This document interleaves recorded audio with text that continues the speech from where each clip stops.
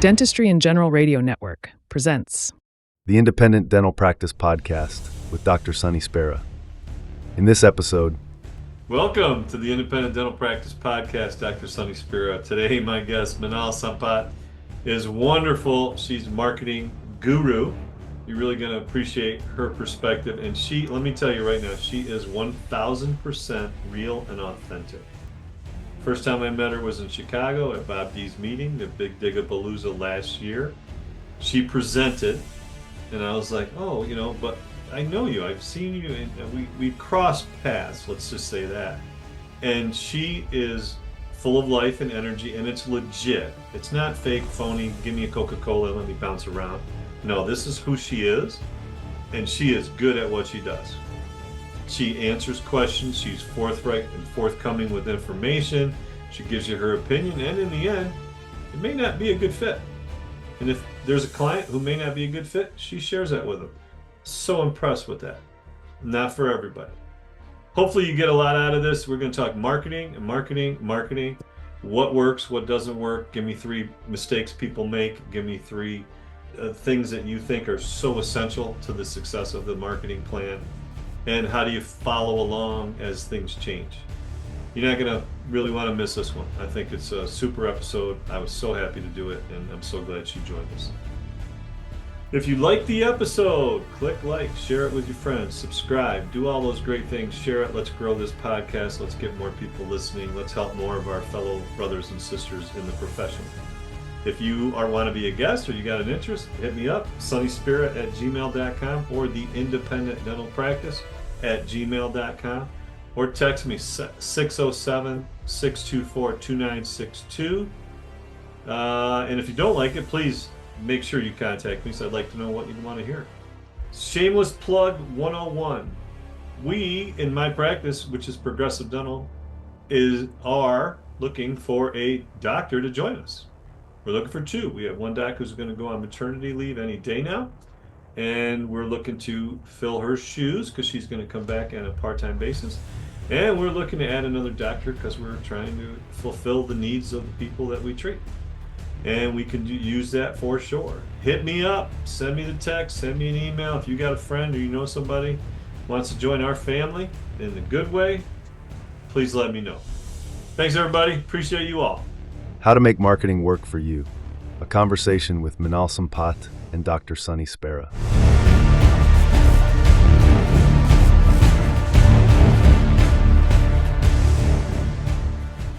Welcome to the Independent Dental Practice Podcast. Dr. Sonny Spera.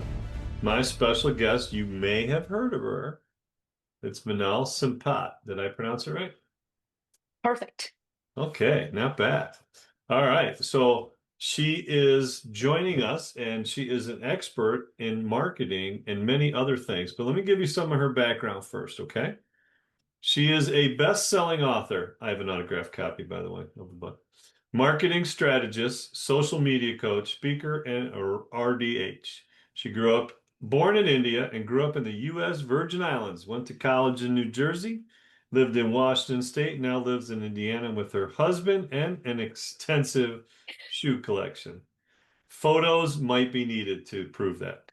Minal launched her first marketing company by breaking a Guinness World Record and is known to help dental practices grow production while reducing marketing expenses. She is the founder of Marketologist. That's a trademark. It's an online marketing training program. And CE on the Beach, dental destination CE meetings on islands. And in June, it's in Maui. Maui. Minal's strategies have been published in Dental Industry Press and on Forbes.com, not once, but 4 times in 8 years. So please welcome Minal. How you doing? I'm doing amazing. Thank you for having me. My pleasure. You've been on the radar. I've tried to get you earlier. From last year, we met in person at Bob D's event, the Digapalooza thing, and you spoke, and my marketing person was with me at the time. So made a nice connection for her, and I don't know if she's spoken to you further. I'm sure she probably has, but it was really nice to meet you. I thought you had a lot to say, so I appreciate that. No, thank you. Yeah, it was great meeting you too, and I'm excited to be here. Almost a year to get you on the show. That's how elusive you are. I Uh, just want to put that out there. You don't have to defend it. It's a year. It should have been a month, but that's another story. I know, I So know. tell us. I tried, but I do like the islands and I do like to travel, and so sometimes things just get a little crazy. But They no, take away. I'm so excited to be here, and this I believe is my fifth podcast this week. So this is a week of podcasts, which is amazing. All right. Well, let's break some ice here. So first and foremost, your background. Born in India. How long did you live in India? Till I was 12. Wow. So was English a language you were taught then or no? Yep, I was in an English school where Really? we were required to only speak English or we would get fined. Wow. So, yeah, so my parents put me in an English school from the time I was in kindergarten, I guess, my whole life. So are So, they yeah, native to India? Or are they expats? I mean, what's their no, connection? they're native to India. They are native to India. My parents are, yep, both 100% Indians, generations of Indians living in the same place. But education was one of those really important parts Mhm. of my family. My grandfather actually fought alongside Gandhi. So he is from we're from the same state as Gandhi. Okay. So education, and my grandfather he didn't have anything. So he kind of self-educated himself and got him off the streets and built a family and a life and a business. So there Okay. was one thing required of all his children and grandchildren was to get proper education. So you said you were there till 12. Now, were you in a traditional like American school? So maybe sixth, seventh grade? Were you about that age? Yep, exactly. Yep, till seventh grade, and kind of like a traditional, yeah, American school, uniforms and the So whole when thing. you went to the Virgin Islands, though, you enrolled then in middle school there. Is that what happened, or Yep. So towards the end of middle school is I enrolled in eighth grade, was it a seventh grade, seventh, eighth grade. smooth transition or no? Yeah, it was a smooth transition. It was also another private school with similar kind of teaching, so it kind of worked out. The only difference was the way we do math in India is the new math they teach now. So I didn't know the traditional American math. So when I was doing my testings, because in our world, like the new math, like you break it down and you come up with the answers and then you put it down. So I remember doing the math test and the principal saying, well, she needs to show her work. How is she getting these answers? And my father was like, well, she's just breaking it down and she's putting down the answers. And she's like, no, I need to see how she's getting the answers. Yeah. So I still remember an hour-long conversation about how is she doing this math? We need to see it. But that was the only like interesting thing. I walked in and I'm like, am I not going to understand this? I don't know if I'm going to be okay. But it's an island. The culture is so incredible. I mean, it's welcoming. People are kind. It's warm weather. There's sunshine every day, so So everybody's happy and jolly. you didn't feel like an outsider, and like you're different. You look different from the other kids. You didn't have any of that. I mean, the look different, that's just a part of life, right? Like that is what it is. I have a whole story about the anxiety, and I call it the mango tree story, and it's something that I talk about. But yeah, there was a lot of anxiety as a 12-year-old. You're living the country, your life, your friends, your family, the everything, and you're a girl at 12, which alone is, going through different things. So it was definitely a journey, but once I got there and once I realized that we're going to be okay, like these are the people that I can Sure. connect with, communicate with, and it's just, I guess a lot of it has to be a willingness from you. You can make things hard or easy, right? Like people always say, choose your hard. Yeah. So yeah. I can tell you one thing. You can take that new math and you can keep that in India. Let me tell you right now. I I would stick to the simple tens column, ones column, etc. So when and where did the bug for hygiene or dentistry, when did that all take shape in your life? So actually, from the time I was a little girl, my uncle, we used to live in India, we used to live together. So my dad's oldest brother, he was a dentist. And my dad's the youngest brother there are 10, the siblings of 10. So my dad's oldest sibling and my dad's the youngest. We used to live together in India. And my uncle, Dr. Sampat, was a dentist. So I grew up in a dental clinic. I used to go there every day. He was my favorite human on earth growing up because he lived in, Zambia, and he went to the UK, and he came to America, and he was into rock and roll, and he learned music, and he knew different musics. And so, to me, every day at like 4 p.m. when he would used to come home from the clinic, we had this wooden swing in our house. It was gorgeous, like wooden swing. It was the blue color. And I would sit with him every day after school once he got back from the clinic, and he would tell me stories. What happened in the clinic and how the day went and who's the new music star and what are we going to do tonight or whatever. So he always in a way inspired me to be like him. And that's what kind of made this entire journey into dentistry. So I grew up thinking I'm going to be in dentistry. So was being a dentist, was that okay, or was there the female male issue in the family, like old school Italians would be, no, the wife is doing this and the male's doing that. I mean, was that on your radar? No, as I mentioned, for my family, it was just, everything was about education. So my parents, everybody was educated. They didn't believe in so much of that. And they always encouraged me Sure, to that's do great. to do whatever I want. And yeah, they encouraged me to pretty So much be whatever career. who's your uncle's into the rock and roll music? Who's his favorite American rock and roll band? Gotta know. Oh, Gotta well, know. that is, I don't want to, I mean, this is kind of dark, but I do remember he used to like Nirvana, which I know seems crazy, but I remember being like, this Well, is not music. This is not music, and then he will well, go to the classical side and it, teach me it, the classical side. And come on now. In the 90s, everything was grunge, so you know. It's okay. I guarantee you weren't asked this question on another podcast. nobody asked me that question. Okay. So he wanted you to go grunge rock. That's all right. Okay. So you are in the U.S. Virgin Islands. You're in high school. Do you go straight to hygiene school? Do you try the dental school? Do you try universities first? What do you do?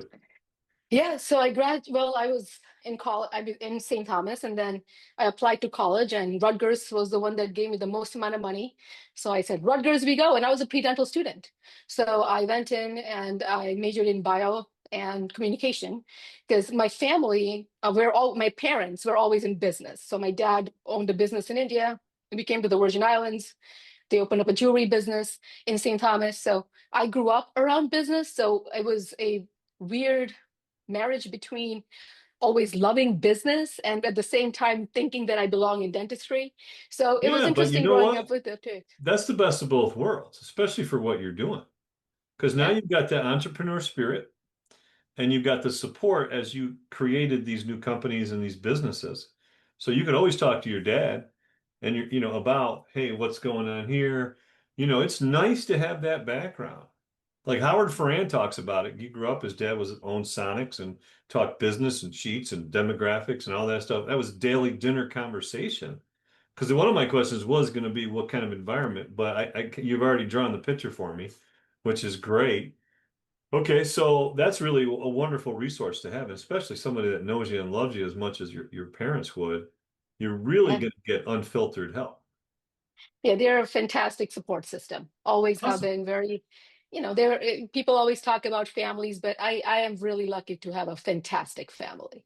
But no, I was pre-dental. I went to Rutgers and I was doing communication, which is marketing and PR and all this. I took my DATs. I had a pre-health like chart. I actually Sure. shadowed a dentist to be a pre-dental student. I did the whole thing.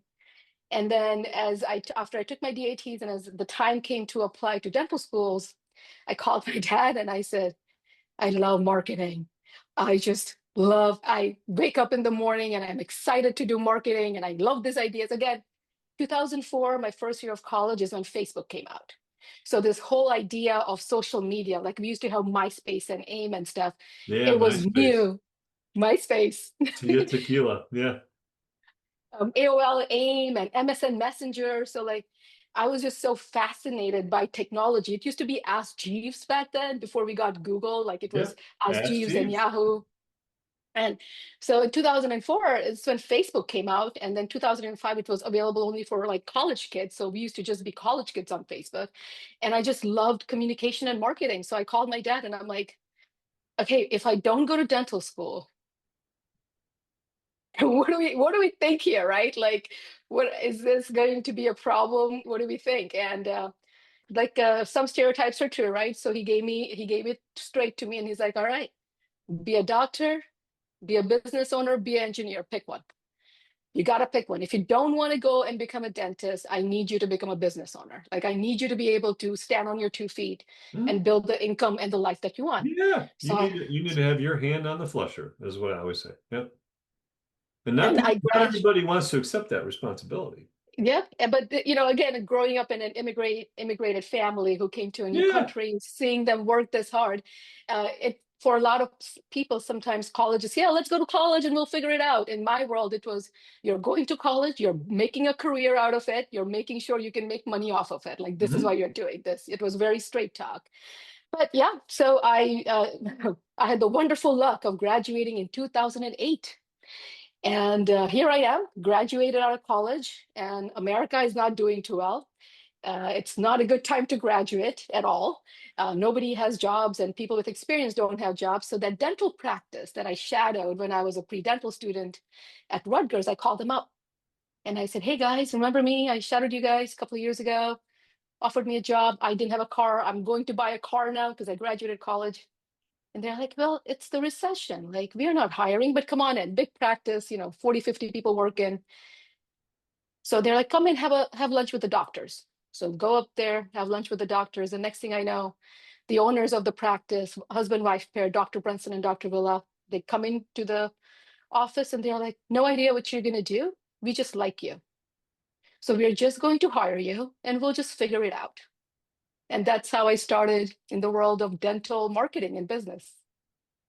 So when did you go to that? So after I started working there, I Because that makes realized, perfect sense. I would almost, I mean, it's funny you said that because that would be my train of thought would be like, listen, you hire people, hire the right people, and the rest works out. It just does. So go ahead. I mean, I'm standing on the shoulders of giants. I have nothing but incredible things to say about this industry. I have just had people help me at the right time in the right place. But so I started and I said, "Hey, I really want to do this social media thing. And I know this is very brand new and marketing, and I really want to get into it." And he said, "Okay, go for it." But what I quickly realized is the marketing and the business that I knew, which is, my parents used to use a clothing business in India. Now they do a jewelry business. This is retail and this is sales. I realized healthcare is not retail and sales. Healthcare is communication, education, understanding your patients come first. The product in a sales business, the product comes first. In our business, which is healthcare, patients come first. So I quickly realized that if I wanted to be successful in the business world of dentistry, I have to have a dental clinical degree. I need to understand it. I have to go through the path, everything. Sure. So and that's what I did. I You happened wanted to to, legitimize your position. well, legitimize, but also learn, right? If I knew and if I could Yeah, well, of change it. course. But it And makes it like, hey, I'm not just someone who's worked in an office. I have a deeper understanding on a level that and requires examinations and, et cetera, et cetera. and I'm sure there was also that little nagging feeling in the back of my mind from my uncle saying, "Hey, kiddo, what happened? You're going to be, taking care of patients. What's going on there?" So I applied to hygiene school last minute and I guess had a bio degree. I got in. And yeah, I became a hygienist, but I was also a hygienist while working as the marketing director for the practice as well at the same time. Came out, I only practice hygiene like twice a week. And I haven't practiced in 8 years now, but I did make the right decision. I love the clinical aspects. I understand healthcare. I love that. But in a weird way, I do love marketing more. So let me ask you, because you said it, right? Product first versus patient first. What do you say to I'm going to call it the retailization of dentistry, right? Hey, $99 implants, $4.99 all on X. You see these all over the place. A few companies have branded themselves that are in the clear area but have choice in their names. What do you say to that? I think that there is a market for everyone out there. When I look at things like that, I personally am not somebody who would support things like that. It's not something that I would say, let's make this a part of your branding or your marketing. Unless you come and say, "Hey, I'm just worried about quantity. My entire business model is quantity." And we see patients, we get them out, get that done. So in my world, I'm saying, are you providing care to people who cannot financially give the right price? Okay, that makes sense. So there are ways that I try to justify it and see, are you doing something good for the world for the people who perhaps cannot afford a $4,000 treatment and you're giving it for a $400 treatment? Or are you just kind of doing this in a way where it's just a quantity money game? And Right, but are you also taking the doctor, the person out of it, and just it could be any doctor on the other side? So it's a completely impersonal, right? that's the hard part. And that's You're the hard going to a part. storefront and you'll see who's over there, and they'll provide you with this menu that you've already selected from, right? It's like you're going to a fast food restaurant. Exactly. So there is that part of it that, like I said, personally, I do not, it's not Yeah, yeah. something that I recommend, but I do see that it's happening, it's there, It's happening. There's and trends. Yeah, exactly. there is trends and it's happening. So you can't avoid it completely because it is there and it has shown to be a working model for some practices. Hmm. And it's clearly not a working model for the other practices who do Hmm. not want it to, and that's totally fine. So I think we have to kind of pick and choose and see, where do you stand as a healthcare provider? What is your goal at the end of it? And sometimes I have that conversation with these practices, which are, and I call it a quantity game. Sure. And I always say, hey, so this is awesome. So are we doing a free day for Veterans Day and providing free care for them? Like, what can we do so make sure that we are giving back, and how can we go about that? But I would say that 98% of my clients do not fall into that. Okay, so let me ask you just straight up on marketing. What do you think are, I don't want to sound cliche, but what do you think three essential elements to a good marketing Oh, strategy is? this is such a great question, because a lot of times in the world we live today, people assume that it has to be digital. Actually, internal comes before digital, always has, always will. How you treat your patients, how you are as a practitioner, how you make your team feel. Are they happy? Are you happy? Because we need those patients that are coming in to be cared for. And then they need to go out and talk about you, whether that's through online reviews or forums or however it is. So the first thing is having a very strong internal marketing that's based around patient care, based around your culture, based around having that idea that people will understand. Like today, before you and I started, you said, hey, I'm going to ask about you so people can relate to you. In exact same way, I kind of want them to relate to the people who are in the practice. So it builds trust, it builds identity, and you want to care. And then the second part will be digital marketing, and because what happens inside the practice goes in the digital marketing. And then the third one, I would say, it's community marketing, because the community now is seeing and hearing, but they're also verifying it with the digital presence that you have. So it's almost a trifecta of like internal, digital, and community, because we kind of need all three of them to work together. Because even if you throw money at Google and ads and billboards, but if they come into your practice and they hate it, or they are not cared for, and they are not respected or listened to, they're not coming back. That's just a bucket with holes in it. So internal is the number one, super strong. Okay. Now, on the same vein, what Mhm. are three of the biggest mistakes that you see people make? You The can make first, the list longer if you want, but give me some of the biggest mistakes that someone who's just starting to market or has been hmm marketing the same way for the last 20 years. What are hmm some of the mistakes or things that you see? Like you're going into a client and you're like, that's something that's got to change. What are some things that you would say, like landmines that you want to avoid? the first one is this entire shiny object syndrome that we have going You on know, right now. Dennis. Hey, look at this. Look at this steel thing. It's shiny. Yeah, go ahead. It's sometimes, I'm a strategist, so I don't have a website to sell you. I don't have Google ads. My goal is to take a look at your marketing, see what's working so we can do better. And sometimes I'll get these calls from practices, and the number one thing I have is, why are you spending all this money? This makes zero sense. We do not need to spend any of this money. This is just, but I went on to Facebook group and this one guy talked about it, how Yeah, it worked, yeah. and it was just amazing and Yeah, this incredible. guy So said he got 40 cases 1 month. Yeah, yeah. that shiny, shiny object syndrome, I would say, is the number one thing. And it's hard for all of us, right? All of us want shiny new things. I get it. But what I But don't don't you like think is people also want like a shortcut too? They just want, hey, listen, I cut through the tape. There used to be people that would write like thoughtful questions. Hey, I'm starting a practice and I'm getting going. Now it's like, hey, I need more new patients in the door. What do you do? I was blown away by one of them. I was like, seriously? I can't even begin to speak to this. it's tough. It's a tough world. Sorry It's to tough, interrupt you, yeah. And but so, yeah, no. I'm with you, but and it's a that's and it's a so I mean symptom of the clearly. disease. Yeah. Yeah, and that's why I'm saying that is the number one thing that I see that is happening wrong in our industry is a shiny object syndrome. And unfortunately, because we don't know better, we don't have the time to do our due diligence, we fall into this traps where we are losing money consistently instead of gaining money. And well, but this person said they got, 45 new patients in 1 month because of this. And it's like, I know, but did they also tell you they were doing these 10 other things to get those 45 new patients? This was Hmm. not the magic pill. So that's the first thing that I think it's a big issue. And that breaks my heart because I feel like people are being taken advantage of and they shouldn't, because a marketing company's job is to sell to you. So they are going to sell to you.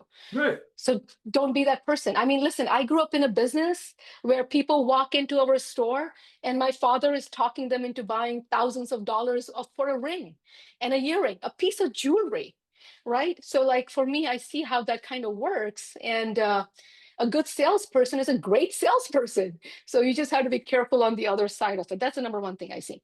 The number two thing I see is currently what I see happening right now, because we do have a post-COVID, we have seen that we do have a not a stable environment when it comes to our clinical teams or our teams at all. And what I'm seeing now is the team members that we do have, sometimes they are now the ones who have been for many years taking over so much of the stuff that they're not supposed to be doing or they are doing and they're trying to help. And I get that, but some doctors have been okay with it. So like I'll get a practice calling me and they're like, hey, so I have a hygienist. She's awesome. She's going to also do our social media. She's also going to do our marketing. Can you train her? I get on the Zoom call with this hygienist and she's like, I'm done. I just had a 12-hour day. I don't have time to do this. I don't have this thing. So this idea that we have a team, but we are overflowing their cup. And that's the second thing that I have seen happen where marketing fails internally. Nobody's doing a good job because everybody's overworking and overdone. And I'm not saying it's anybody's fault. It's not the dentist's fault because they're trying to hire. They can't hire. The hiring market sucks right now. And at the same time, the team is kind of going above and beyond. So that's the second thing. And I relate that to marketing because, like I said, internal is so important. When a patient walks in and they see the team member, the clinical team is not their joy person and they're not communicating and educating and making them feel better, they know that, they feel that, so that affects them as a patient. So that's something that I think it's a big part of it too. The number three thing is when we look at our numbers, overall numbers, I don't think majority of the practices know where they stand. Like a simple question like how many new patients do you have a month, and they will say, oh, it's from 20 to 80. That's a huge range. Is it 20 or is it 80? What is your monthly average number? Oh, well, I don't know. We haven't printed the reports. Can we print the reports? Can we just see where you stand? Okay, where are they coming from? Oh, we don't know. We don't, we have one little line and we don't put it into our practice management system. So we have no idea where they're coming from. Great. What about your marketing budget? Like, how much are you spending? I see you're doing a magazine. Have you tracked it? How much are you spending there? I see you're doing this. Nothing again. So similar situations where we don't know our numbers, we don't know the business side of what is truly happening. But if you don't know those numbers, you can't fix those numbers. And Yeah, that's you're something not that I being a get. business person, right? Mhm.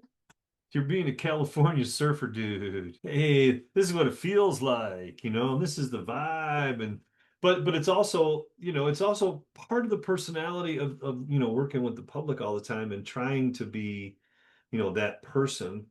I know for myself, I have a pretty good feel and I do a lot of things strictly on visceral and it's worked, but I do check numbers, but I get it, you got to have an understanding because yeah, the difference between 20 and 40 is a big difference. And I think the other thing is, that, okay, maybe 1 month you hit 40 and another month you hit 20, maybe 1 month in September, maybe you were at 10. So, where are you at with average? And I'm not sure that they're going to compute that, typically. But then there's the discipline of, are you looking at your numbers every month? So you can have an intelligent conversation with someone like yourself who you've hired to help them. Yeah. It's a hard Yeah. part. That's a hard part. And then you have to look at the numbers, and like you mentioned, you have to look at the trends. So now we know which are our busy months, which are our slow months. We don't wait till September to market for September. We start doing that in 6 months and start scheduling, and we start marketing. So September is not so slow anymore. But we need to have that information, that data to make adjustments and to grow. And that strategy, right? That's looking at it and saying, hey, we Mhm. have been paying this magazine for the last 10 years because we know the person's fiance and it's just been there. It's like, that's great, but $500 is getting you nothing. Can we put this elsewhere? It's just things like that, not knowing your numbers. Right, but it's also you gotta, and you pointed at that right there was a tremendous point of emphasis is yes, you may be doing something, and that's why I sort of asked the one question, you might have been doing something the same for 20 years. Chances are one of those avenues and one of those techniques has dried up. Maybe another one you want to emphasize and things about. Talk about some of the changes that you've seen in marketing in the last couple of years. It's crazy. It's absolutely bananas. I mean, post COVID, we are living in a world of video. Our attention span is 3 seconds. We don't want to consume information if it takes us more than 7 seconds to consume it. We don't want Uh, to read anymore. We only want to listen to audio. I look at some of the people, I go in a plane and I sit down and everybody's listening to their audiobook. Like I hardly see people with a physical book reading or doing that. They're listening, they're watching TV, they're playing a game. Our attention span is so different now that one thing is our content, what we are trying to communicate and educate, has to change the way we do it. And the number two thing is whether we like it or we don't like it, there is now this huge part of entertainment that's out there, right? We used to first watch America's Funniest Videos, and we used to watch these shows, and American Idol to see who's a good singer, and there's a competition. Now you go on to like any social media platforms, all the public is entertaining you. They're all doing this trends and videos and funny stuff, and you just keep consuming this content continuously, but you're consuming it at such a rate that you just keep going, going, going, going, going, and you're watching this. So what does that tell us? Before, in marketing, we used to want to see the same message, the same exact message many, many times, right? They used to say that you need to see something 7 times before they make a connection to it. Our attention span is so ridiculous now that no, it's not just 7 times. They need to have multiple touch points that they need to see with you. This is why ads follow us. They go wherever we go. This is why we feel like they're listening to us, because it's like, I was just talking about going to Costco, and why is there a Costco ad on my TV right now? Because you Googled Costco is in the same Wi-Fi network, and they're marketing it because they're doing geo-targeting, and now they're marketing it to you. But so we are living in this world that it's changed, right? And the ads have changed because for the ads, people used to just be like, let's do the same ad and we'll send it to people for 1 month. We'll just put it up online. We'll send it to people for 1 month. The issue now is people get bored easily. Our boredom is so high. We don't care. I mean, if you've spoken to a teenager recently, I mean, they're so bored. Every time I talk to a teenager, I'm like, how are you this bored? You're a teenager. I was not bored at one point when I was a teenager, but you just yeah, seem but so you bored. know, but you just highlighted it, right? They are overstimulated. Like, do you watch sports? Are you an American Yeah, football fan? Okay. sure. I'll give you a perfect example. I got this NFL package now, right? And I'm a Bills fan. So I want to watch the game, and I don't mind watching another game highlight or popping between channels. But if you go to this NFL Red Zone, they are changing the game. It's every second. You can't look away. And then across the bottom of the screen, they're scrolling what's going on. You're literally watching 7 games at once. Right? Now, I'm decent at multitasking, at least I think I am, right? But this is insane. And it really kind of hit me. I was like, it really drove home what you just said. So this overstimulation. So I think in the message, if you're going to put something out there, you've got to have multiple, what did you call them, touch points? Exactly. Multiple touch points. For example, if you're trying to, let's say, try to get more Invisalign patients or implant patients, right? You need to have one thing about what is dental implants. Great. You need to have another ad about the doctor talking to a patient about implants. You need to have another ad where the team is setting up for implants. You need to use a fourth ad, which is a funny trend, but it's all dental implant stuff. So when they're seeing the same content, same practice producing this content coming to you in 4 or 5 different ways, that's when they actually engage with you. It's no more, let's put up an ad, call it a day. They're going to see it 7 times. It's like, no, there is so much they're consuming, and they're getting bored of watching the same thing because we are consuming so much content. So now we get bored easily because we are used to being overstimulated. Yeah, and I don't know if it's ever going to come back to the basics. They're just going to, because you hit on it, right? The marketing people, the people who are getting paid, because they're not running the typical TV commercials and those ads, right? They want their hooks in, and they want the payout, right? So that's how they're going to get people to buy Chevrolet cars, dog grooming habits, or this place for this service, right? So talk about, because we're in the service business. So talk about what's an idea that you really like, that you want to convey to your patients or convey to your clients, right? Like, give me a couple ideas of things that you would want to do just to help them. You said communicate, connections, keywords in your communication so far to me that I'm listening to. And by the way, you're a great listener. I got to tell you, you're a great listener. You really are. Oh, thank you. So what are some things that you would say, hey, here's some techniques or some avenues that I think would apply to a lot of different dental offices? One of the first one is the ability of connecting with them through who you are and your why and your storytelling. Like, to be honest with you, I'll be very honest. I'm on podcasts and things, and nobody has ever asked me about my uncle. This was the first time ever in a podcast where somebody was like, hey, why this? Nobody has ever asked me that. And I teach that, but nobody has ever asked me that, right? Well, So you shared your props why. to you. Yeah, you shared Props your to you why. why.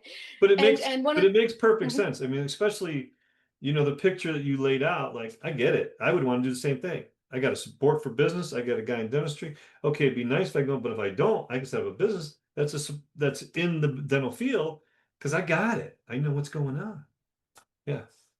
And so I had that happen to me. And that's one of the one things that I talk about is how do we communicate without being overly salesy, without being different. So for example, as a strategist, right? So I think you were there when I talked about this last year. There's marketing and marketing strategy. And marketing is, let's have a website. Let's have an About Us page. The About Us page is the 3rd frequented page of your website. You go to the home page, the contact page, the About Us page. The About Us page is usually the photo of the doctor in a white coat or something similar. They have their bio, where they grew up, the accolades they have, the schools they went to, organizations they belong to, and something like, in his free time, Dr. Spera loves to watch, football games, American football games, right? That's what you have. But what if you were to change that? So for example, hygienist, pediatric dental hygienist, myself. So let's say I was working at this pediatric dental practice. You go to the About Us page. Instead of my photo and a bio, you have a video that is less than 30 seconds. Nobody cares about you more than 30 seconds. Like, they're not going to watch 30 seconds you. might be pushing it. 30 seconds, yeah. I'm probably going to hang out around like 15, 16, and they're like, do Yeah, I right? like you or do I hop off? Right, yeah. That's it. But you have this video, and the video is of me, and it goes something like, hi, my name is Minal. I am so honored to be a part of ABC Pediatric Dentistry. One of my favorite things to do is to laugh. I have that big, loud laugh that you could just hear from the other room. But when I'm looking at photos of me as a child growing up in India, I am not smiling big or laughing loud. And today, I'm a pediatric dental hygienist because I don't want kids to feel like they cannot laugh loud because they have black spots on their teeth. I look forward to meeting you and your family. That's it, right? It's a 15, 20-second video. Right next to it are bullet points of my accolades and my organizations and my schools. And that's all we need. But that's marketing strategy. What do I put on my About Us page? When somebody comes into the practice, many times we do things where we give away spa baskets and we're always creating these raffles and stuff. Sure, that's great. Raffles and stuff is great. But how is this going to impact that patient? So if you are somebody who's seeing a lot of Gen Xers, a lot of young families, what does a young parent want? They don't want to cook when they come home. They do not want to pick up groceries. They're tired, right? So instead of doing a spa basket, go online, get one of those meal delivery things, HelloFresh or whatever it is, make that into a thing. And people will be like, oh my God, for 1 week, I don't have to cook. Incredible. Amazing. As a busy parent, I appreciate you. Get a cleaning service. Have them get a cleaning service to go to their house for a weekend and do their laundry and clean their floors. Happiest people. If you're seeing a lot of seniors, okay, get Instacart or something, tell them to shop online and they will get it delivered to their home.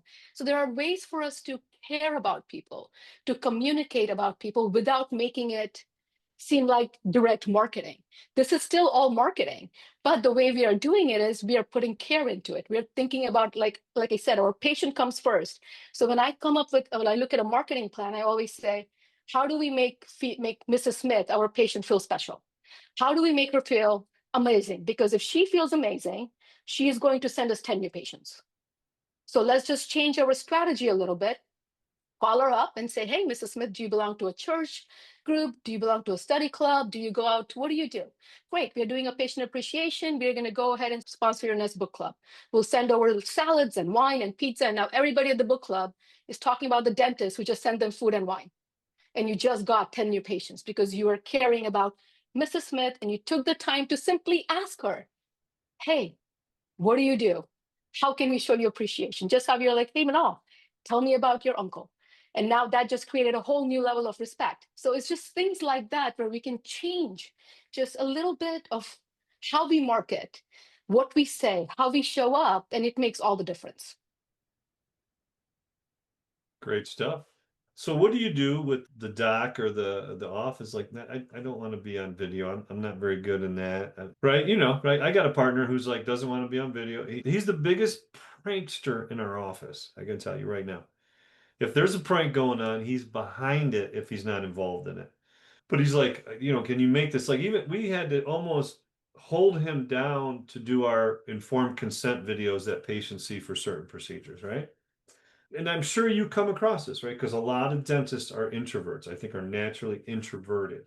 A person like yourself who is an extrovert and people person, it's easier for them or the introvert to say, well, I'm not like that. So just give me a glimpse at that conversation. Well, I usually first try to see if I have any pull at all. So what I would usually do is I would look up their. If I have any pull, is that what you just said?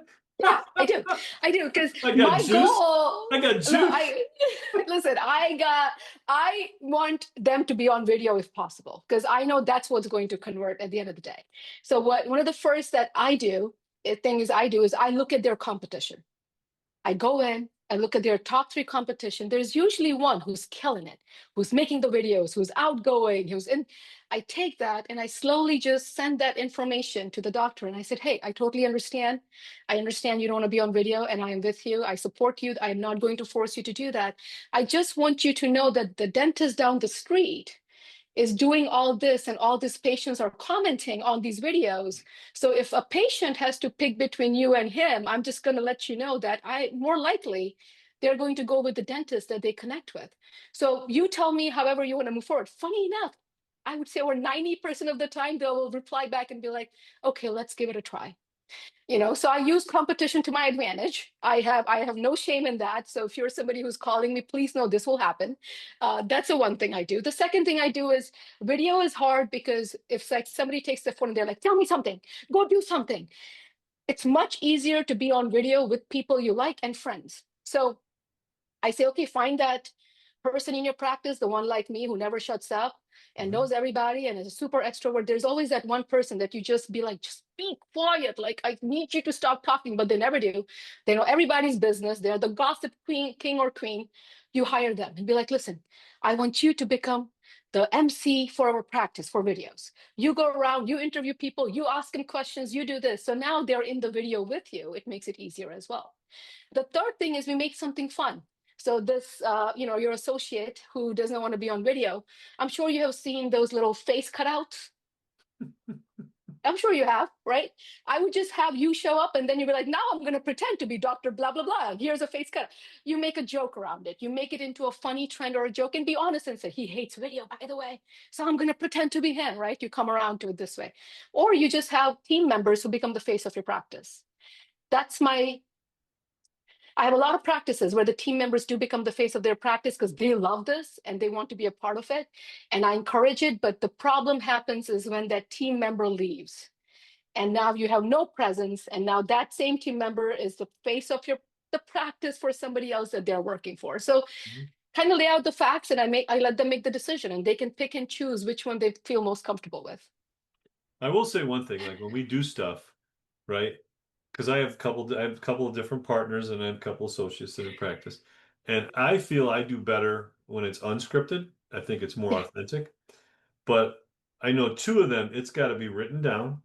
They have to read it the night before.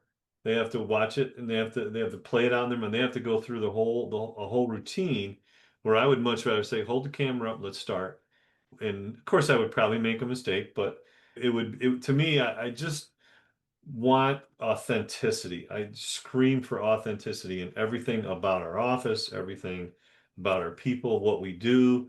We're not promising the moon and this. We're good people that are going to give you good value. Like that's what we want Yeah. to convey, and we're part of our community and you can see us everywhere. So how's that conversation look like when you have a person or you have those two different people?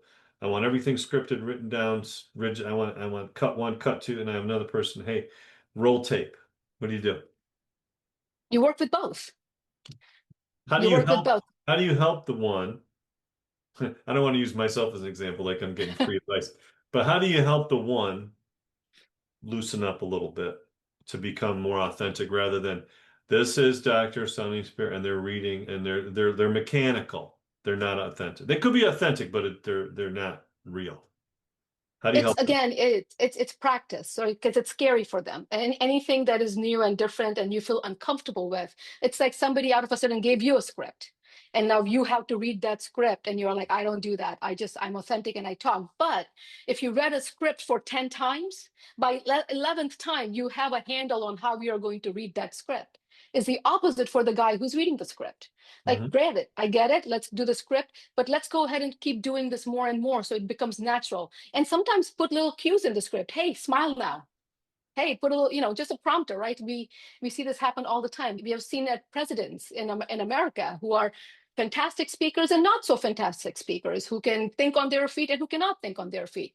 And they are all working with teleprompts or they're working on their own. But the way you come about, there has to be a practice to it. So the more you practice, the better you get. And again, the second way is I always tell them, to the person who reads the scripts, I say, when you have a patient in the chair, you're not reading from a script, you're just having a conversation, right? And they're like, yeah.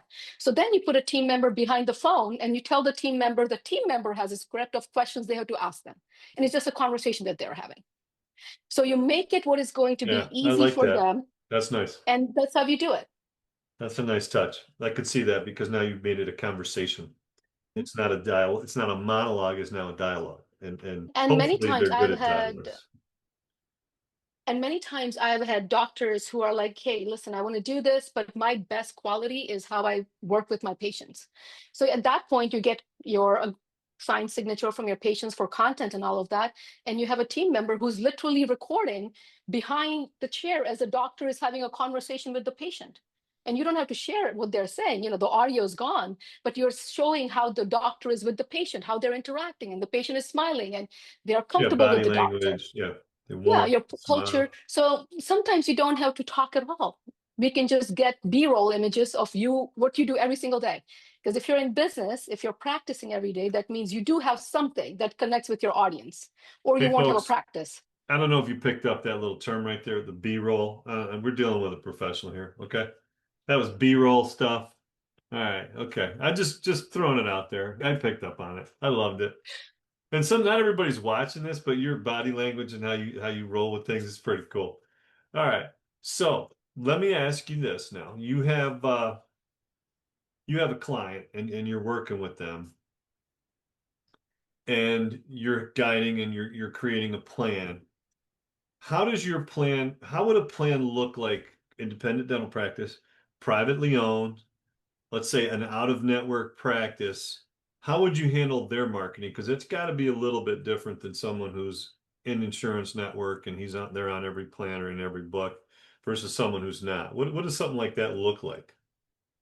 So I have quite a few fee-for-service, independently owned Uh-huh. practices that I work with. Now, for them, one of the biggest thing is Well, their first of all, tell them to reputation. call me. We can use them as guests, but go ahead. Sorry. Okay, I will. I will. That'll be awesome.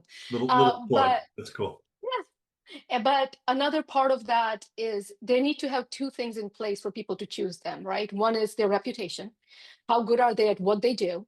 And number two is the experience they provide. Why would I come to you and pay out of my pocket? Why would you go stay at Four Seasons or Ritz-Carlton compared to a Holiday Inn?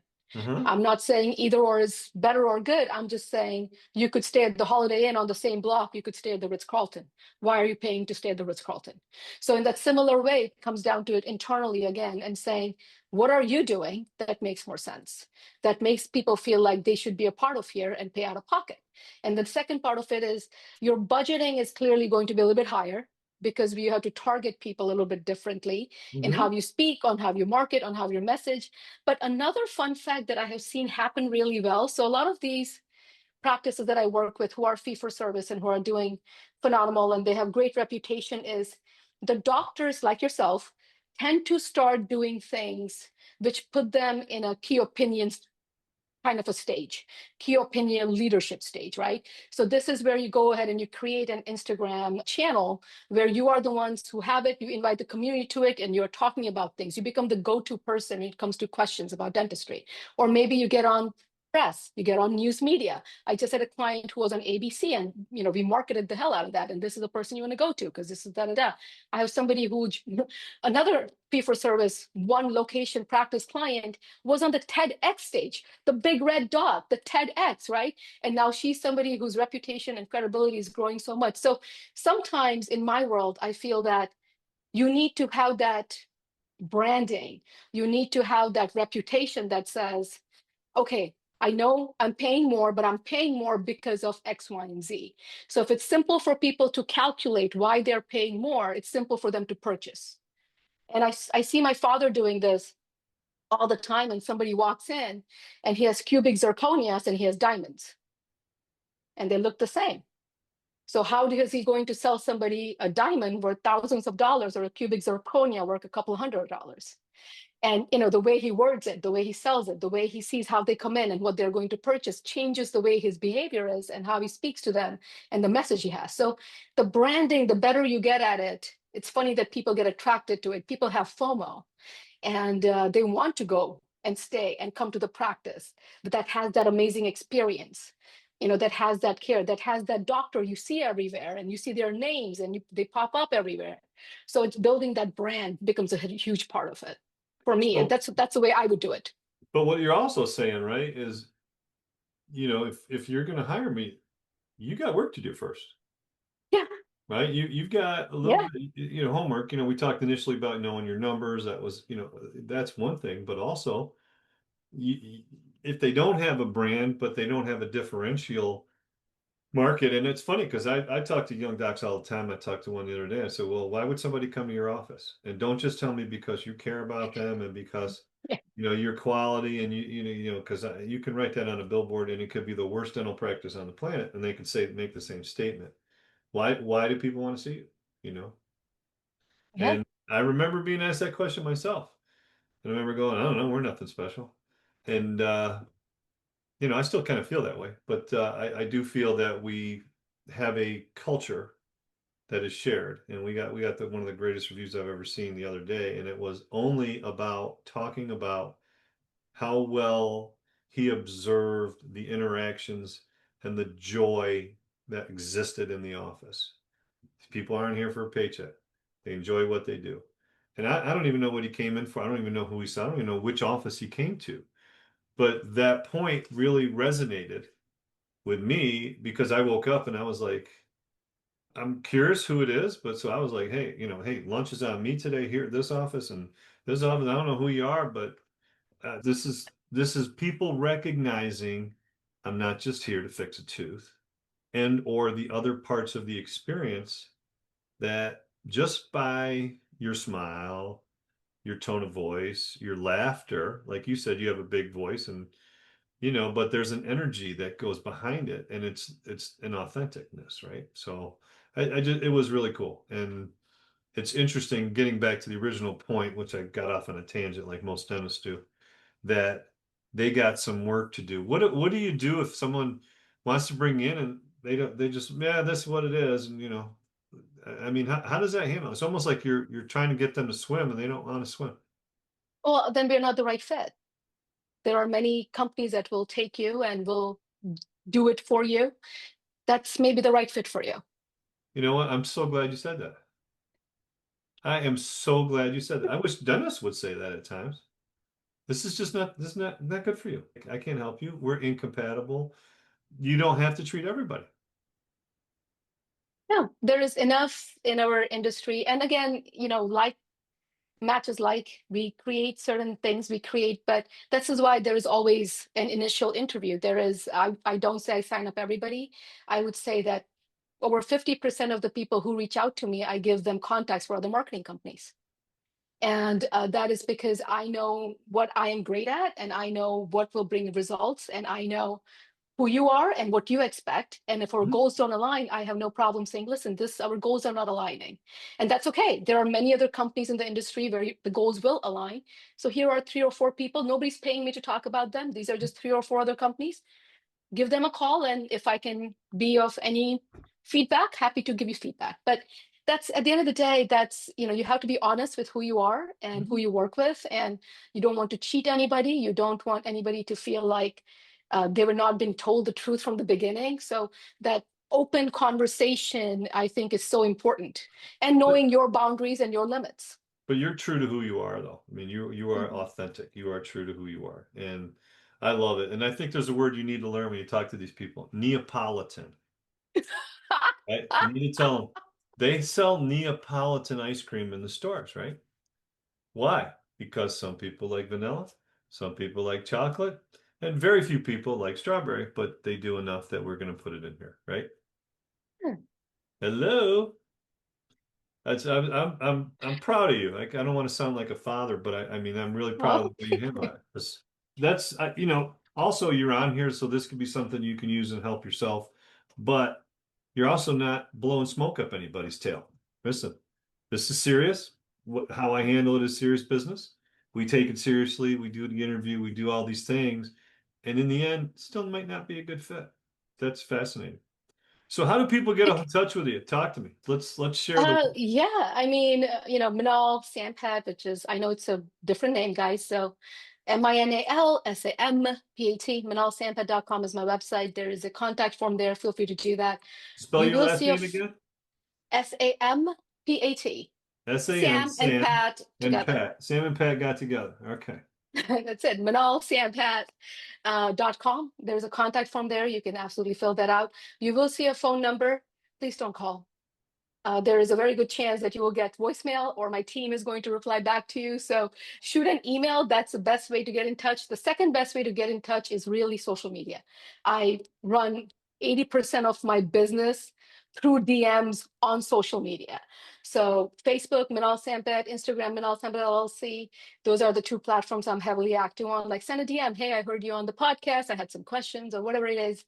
That's where you get me. And I check those all day, every day, because if I don't practice my craft, I can't teach you my craft. Hey, shoot me a DM. The first time I met you, you were, I'm going to say larger than life, but you were the real deal. Your energy, you're bubbly, you're just your authentic self. I love you. I'm really proud that we've connected. So thank you. Thank you so much for having me. This was incredible. Appreciate it. I appreciate you. Thank you. Thank you. Have a good one. This has been a production of Dentistry in General Radio Network. Visit our website, dentistryingeneral.com, to join engaging clinical and business conversations, explore our dental podcasts, and stay updated on our upcoming live events.